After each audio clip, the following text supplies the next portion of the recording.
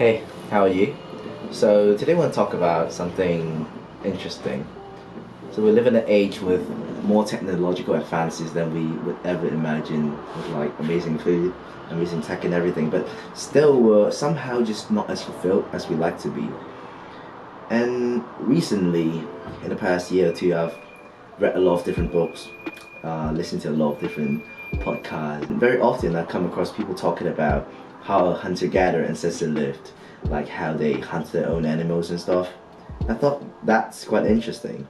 So I think to myself, is there something that we can actually learn from our hunter-gatherer ancestors to live a more fulfilling, a more happy, a more, overall good life? So turns out there are a few things that we should learn from them, and I think it will benefit you as well on your journey.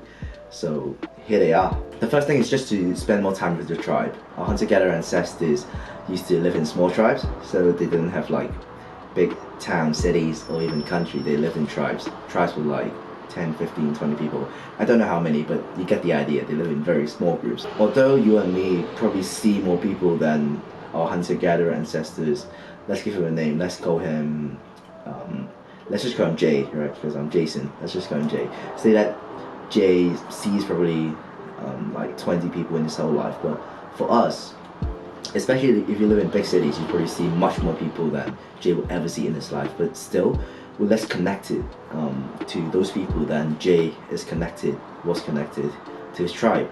So first thing we can do is really just to get out there, initiate meetups, go out and see your friends, stop texting them, stop sending them memes, actually go see them in person, because that does make a difference.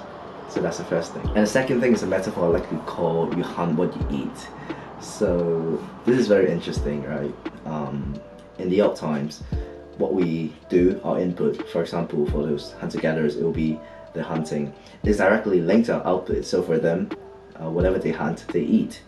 But since the Industrial Revolution, our input is no longer directly tied to our output. So for example, if you go work for an employer, your input, which is the work that you do, it's not directly tied to your output, you know? When you work in a company, a lot of the times people may feel that they don't see the result of their work. And I'm sure you feel the same as well, you know, sometimes when you just don't know why you're doing certain stuff, you just feel like you're doing it just because the society wants you to do it.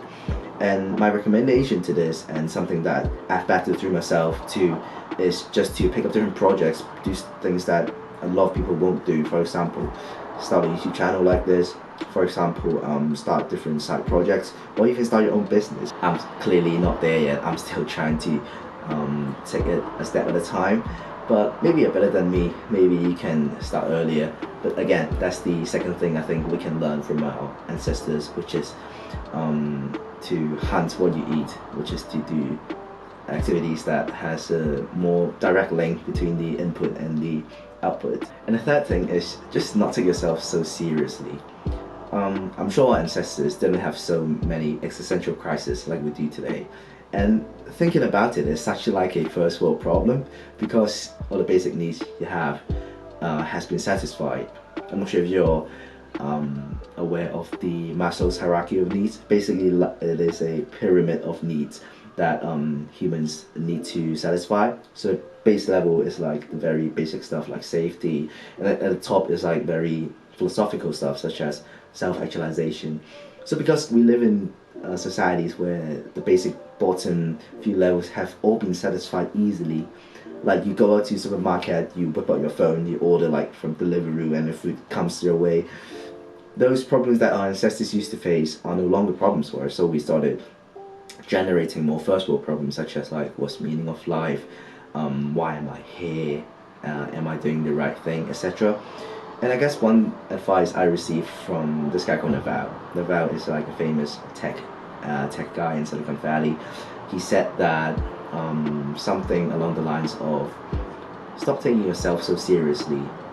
You're just a monkey with a plan. Because we always tend to see ourselves highly because of our ego, or because of just whatever has been taught to us since a young age. But the thing is, like, we're probably not as smart or as intelligent as we make ourselves to be. So just take yourself less seriously, you know, have a laugh sometimes. Don't have to be so serious all the time. The next thing is in terms of eating, how we should take advice from our hunter-gatherer ancestors. So this is very simple. Just stop eating processed food, start eating natural food. Our hunter-gatherer ancestors didn't have why do I keep calling him hunter-gatherer ancestors? I gave him a name. Okay, Jay.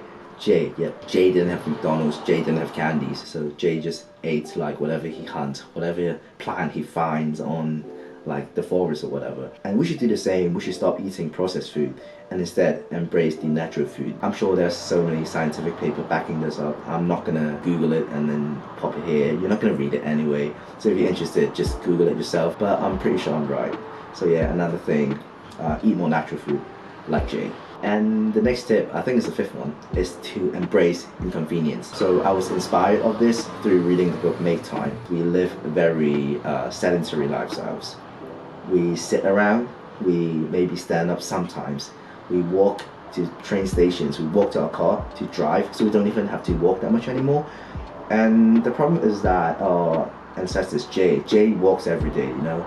He walks up the hill, he walks down the hill, he walks to rivers, he runs away from tigers. And we don't do that anymore. So again, a simple thing we can do is just embrace inconvenience, you know.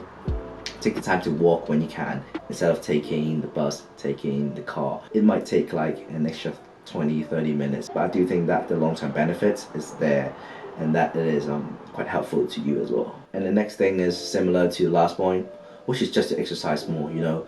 Jay ran away from tigers, but then like you barely even go to the gym. So that's a simple one. Just start going to the gym, hitting the bicep curls, and if you don't like doing strength training, just like at least go on the treadmill, you know, or CrossFit. Although like I don't like CrossFit myself, but yeah, go to the gym. And the next thing is